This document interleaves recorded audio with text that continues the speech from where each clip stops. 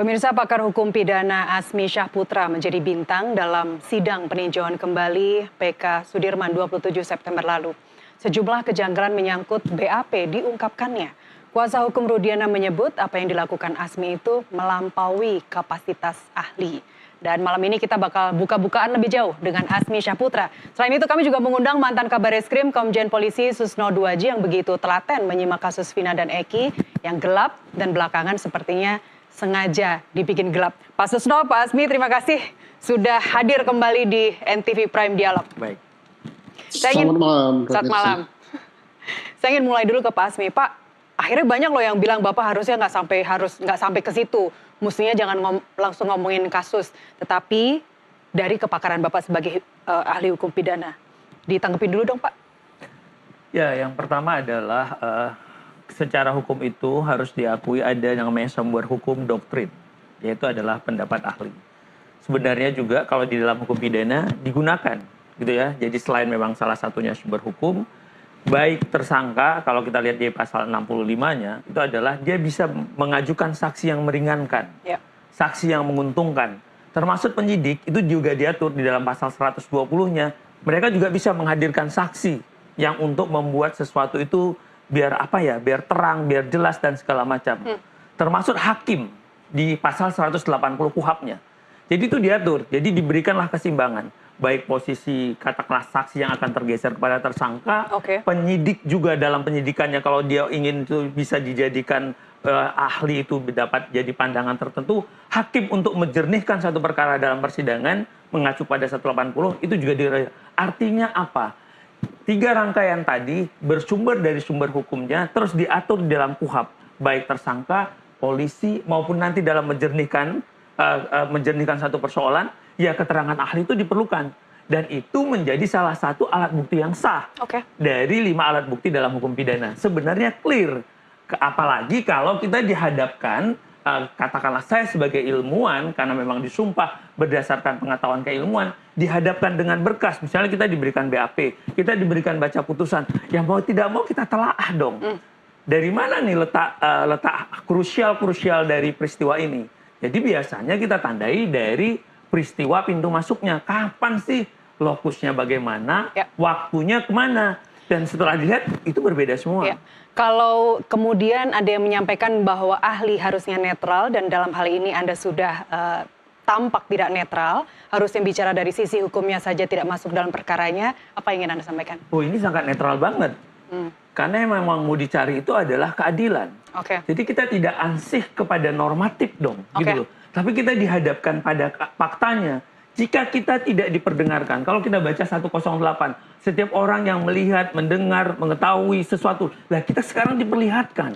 Maka ada hak hukum kita, katakanlah tidak hanya sebagai saya, warga negara saja harus speak. Gitu loh. Karena ini menjalankan perintah undang-undang 108, setiap orang.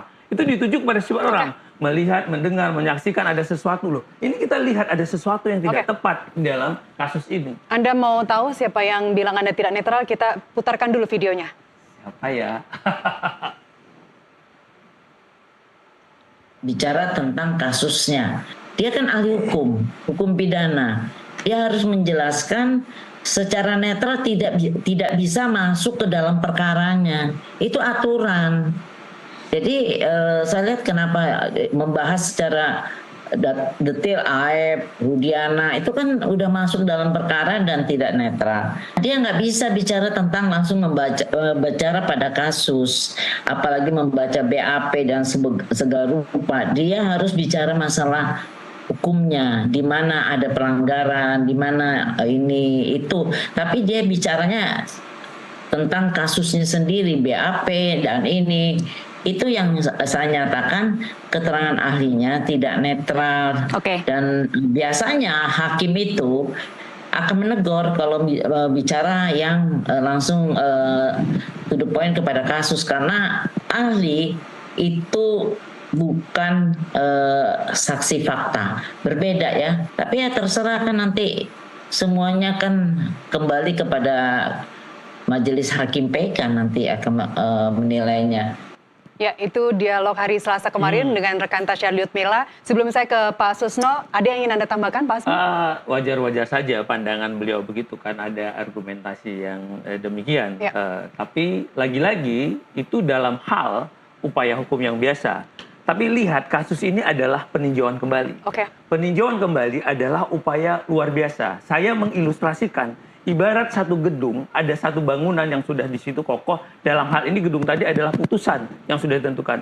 Hari ini ingin dilakukan rekonstruksi ulang. Berarti upaya hukum itu mulai dideteksi lagi, disisirin lagi dari bawah. Dalam hal ini pintu masuknya di penyidikan. Untuk melihat pelanggaran hukum yang tadi disampaikan tuh di titik mana. Pelanggaran hukumnya di titik pada awal penyidikan di tingkat kepolisian, terus bagaimana koreksi karena ada diferensiasi fungsional antara fungsi polisi, jaksa, dan hakim, karena itu adalah satu rangkai dalam sistem peradilan pidana. Karena dia sistem, mau tidak mau, karena kita tadi adalah mengajukan upaya dosis maksimal, dalam hal ini adalah peninjauan kembali, ya dibongkar dari bawah supaya untuk menemukan di mana sih letak kekeliruan-kekeliruan atau pelanggaran-pelanggaran hukum tadi. Karena ini adalah dalam rangka mencari kebenaran, bukan mencari pembenaran. Saya ke Pak Susno. Apakah boleh menurut Anda Pak Susno seorang ahli bicara tidak hanya dari sisi hukumnya, kalau saya merujuk ke Pak Asmi, tapi juga masuk dalam perkaranya? Silakan Pak Susno. Bukan boleh ya, tapi harus. Harus. Iya, karena yang ditinjau itu perkara yang sudah mempunyai kekuatan hukum tetap. Ya. Beliau adalah profesor ahli hukum pidana. Silakan ditinjau kasusnya Sudirman sesuai dengan keahliannya di bidang kepakaran hukum pidana. Kasus itu mulai dari penyidikan, penuntutan, kemudian banding, kasasi, PK. Menurut hukum ahli hukum pidana, di mana kekeliruannya? Ya dia bongkar mulai dari penyelidikan sampai dengan PK. Itulah yang benar. Tapi kalau dia ngalih ke kasus lain, tidak fokus pada kasus itu, ya terus itu namanya gimana ya? Tidak bersaksi, tidak memberikan pandangan, tidak memberikan peninjauan sesuai keahliannya terhadap kasus yang dimintakan pendapatnya. Kan beliau kan dimintakan pendapat oleh dalam sidang peninjauan kembali kasus Sudirman. Sesuai dengan keahliannya, bagaimana pendapat Anda kasus ini? Ya dia UNCI ya, UNCI itu apa? Dia bongkar. Begini penyidikannya salah begini, ini begini. Itulah yang benar. Tapi kalau diminta kasus Sudirman, beliau meninjau berdasarkan teori ini, ya nggak masuk lah. Percuma dihadirkan ke sidang. Inilah yang tepat. Ya. Nah tinggal hakim nanti menilai sependapat enggak dengan keterangannya. Dan kalau menurut saya ngikuti kebetulan pendapatnya beliau, ya sesuai semua. Itulah yang jadi masalah. Baik, artinya kalau tadi kita merujuk pernyataan Ibu Elsa, karena Pak Asmi ini bukan saksi fakta, harusnya tidak bicara ke masalah perkaranya. Nah, saksi fakta kan ini sudah bukan sidang tahap awal. Awal ya.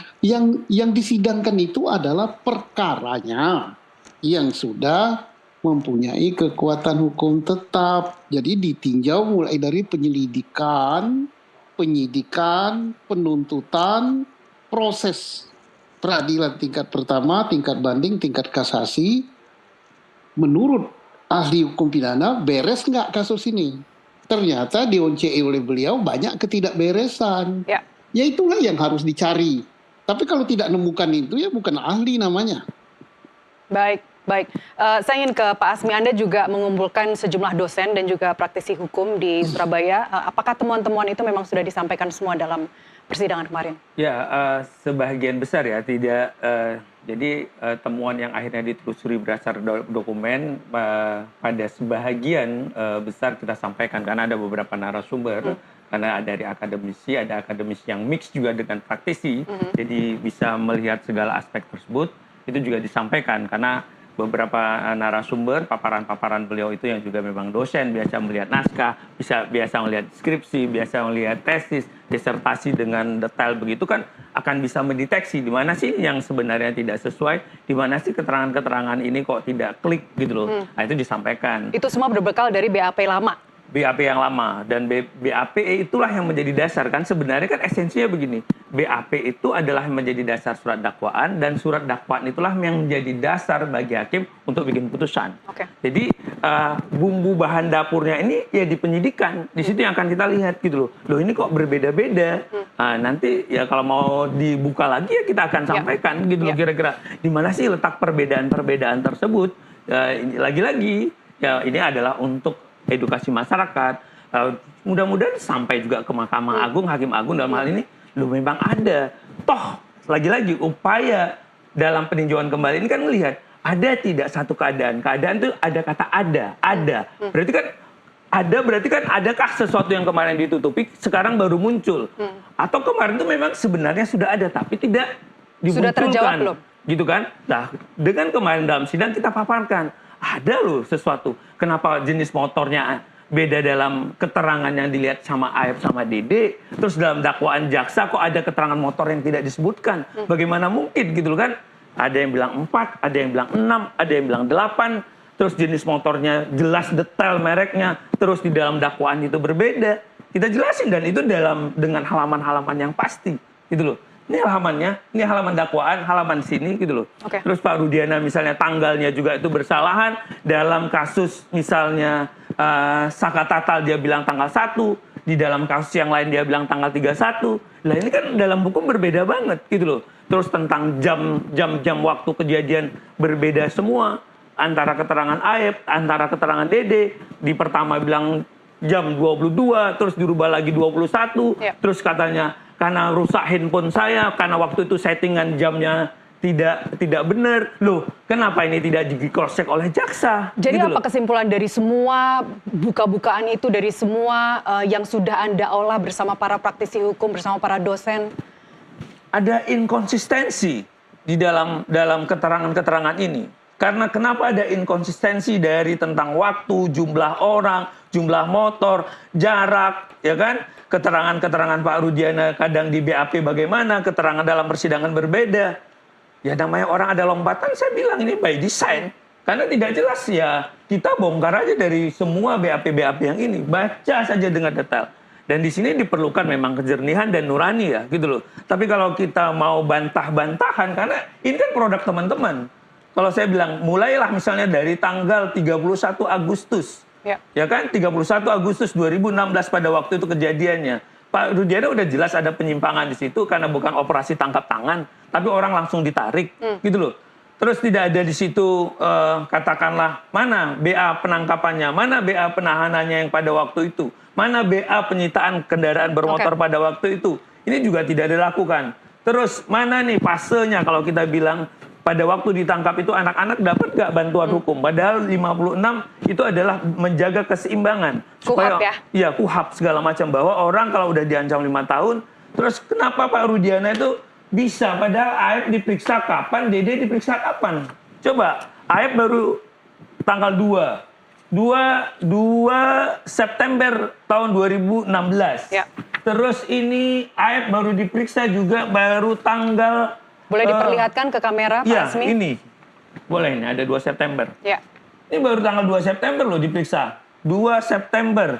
Terus Aep baru diperiksa 6 September. Ini yang saya lingkar. Jelas.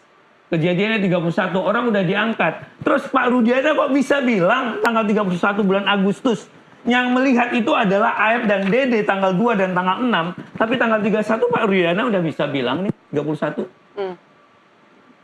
Udah bisa nih bikin cerita 8 orang fiktif, 3 orang DPO ini saya tanda tangan. How come? Saksi faktanya adalah tanggal 2, tanggal 6 diperiksa.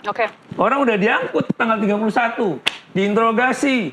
Hanya dalam jarak waktu, kalau kita lihat rentangnya dari jam 10 pagi beliau datang, terus ketemu lagi sama si Aep yang dapat telepon itu, baru jam 2 siang, atau jam 16 katakanlah, jam 16 ditelepon oleh Aep di tanggal 31 itu, Bagaimana memeriksa orang, 11 orang, 8 orang, terus sudah bisa ketemu jam 18.30 BAP.